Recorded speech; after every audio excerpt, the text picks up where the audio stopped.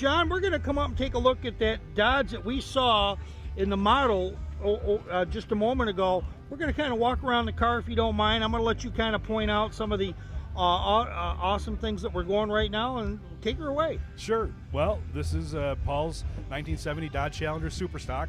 This is what we call car number 2.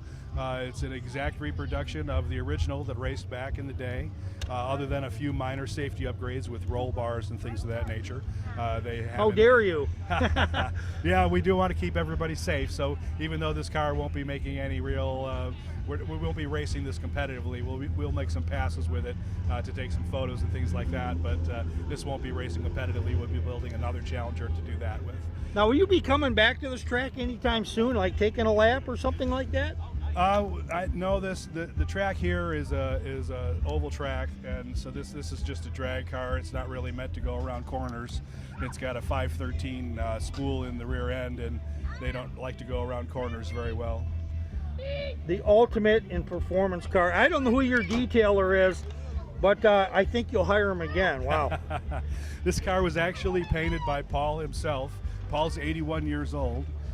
He painted this last year outside under a tent in California, and the temperature was over 100 degrees. The man is just incredible as far as durability goes. Unfortunately, he's got COVID now for the 3rd time, so he couldn't be here today. But that just shows you how indestructible he is. Wow, just incredible. Just incredible. This was the original direct connection Dodge Challenger back in the day.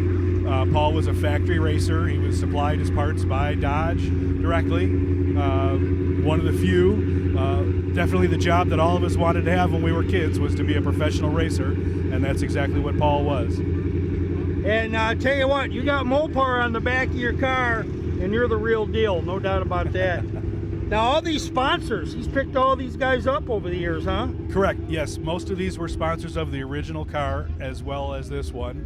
We do have a few new sponsors on here that weren't on the original car, but life goes on and some people go out of business.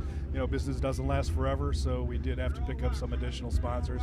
Yeah, there's nobody that keep the same sponsors. Well, not nobody, but most people can't. You got to rotate around, and budgets change. Sure. Well, what's the final takeaway about this awesome Paul Rossi Dodge 1970 Challenger? Well, I think the best thing that I think I can say about it is that once you see this car, you will never forget it. You may hate it, you may love it, but you will never forget it. It's just got an appeal to it. The paint scheme, this car was designed by an ad agency, and they nailed it. If you look at the drag pack Challengers that Dodge is currently racing, you'll see that it's the same paint job, just different colors. So it's had 50 years of longevity in addition to being just a beautiful car to look at. Awesome. Do you mind if we kind of shuffle around before we get to the car itself? Sure. I kind of want to have you tell me about some of these awesome die-cast models. I love the spinner. This is just awesome. So what type of car we got there? Well, that's a copy of Paul's 1970 Dodge Challenger Superstock. I had Acme make 750 of the models. We've only got about 150 left. They debuted last year at the Carlisle Chrysler Nationals when we unveiled this car for the first time. The Rossi Challenger hasn't been seen in the United States in over 40 years. The original car was purchased by a radio station and it went to Europe. It's now in the possession of a gentleman in Sweden. The car has been modified heavily over the years, so we thought rather than try to fix the old car, we would build a new one to the exact same standards as the original, and that's the car that we have here today. Let's talk on a few more of these, if you don't mind. If this was driving down the road, it's the same car, but if this was on a record, holy smokes! Yes. Back in the day, the cars were actually carried in box trucks to protect them, but obviously you don't want to buy a beautiful model like this and put it inside of a box truck. So we took the similar paint scheme and applied it to this ramp truck so you could enjoy the model and the truck, and I think that they did an absolutely amazing job. Yeah, I think so too. This is really quite the operation.